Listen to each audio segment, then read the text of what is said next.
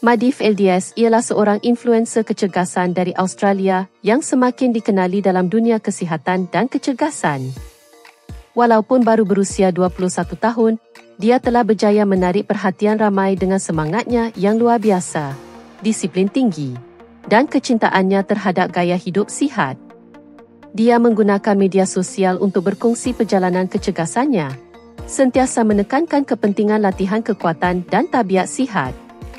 Kandungannya bukan sekadar gambar atau video biasa. Madi turut memberikan tip berharga tentang cara meningkatkan teknik senaman, mengoptimumkan pertumbuhan otot dan mengekalkan pemakanan seimbang.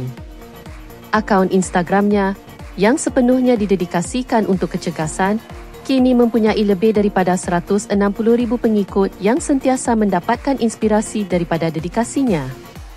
Namun, bukan sekadar fizikalnya yang mengagumkan, Madif LDS menonjol kerana kegigihannya dan komitmen untuk sentiasa mengatasi batasannya sendiri. Rutin senamannya merangkumi latihan kekuatan yang intensif, dan bagi memastikan keseimbangan, dia juga memasukkan latihan kardio secara strategik pada akhir setiap sesi. Hasil daripada usahanya yang berterusan adalah tubuh yang menawan serta gaya hidup aktif yang memberi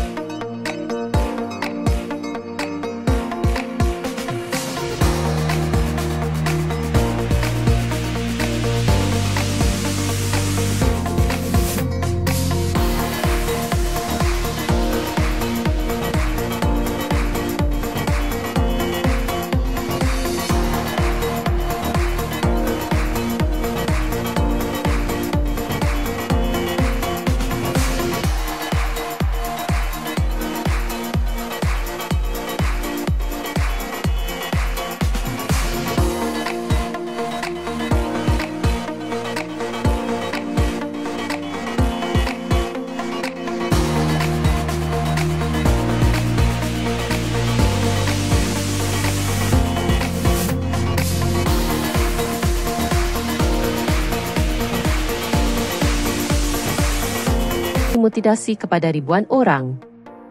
Jika anda menikmati kisah tentang Madif LDS, jangan lupa untuk memberikan tanda suka dan mengikuti akaunnya untuk lebih banyak kandungan inspirasi.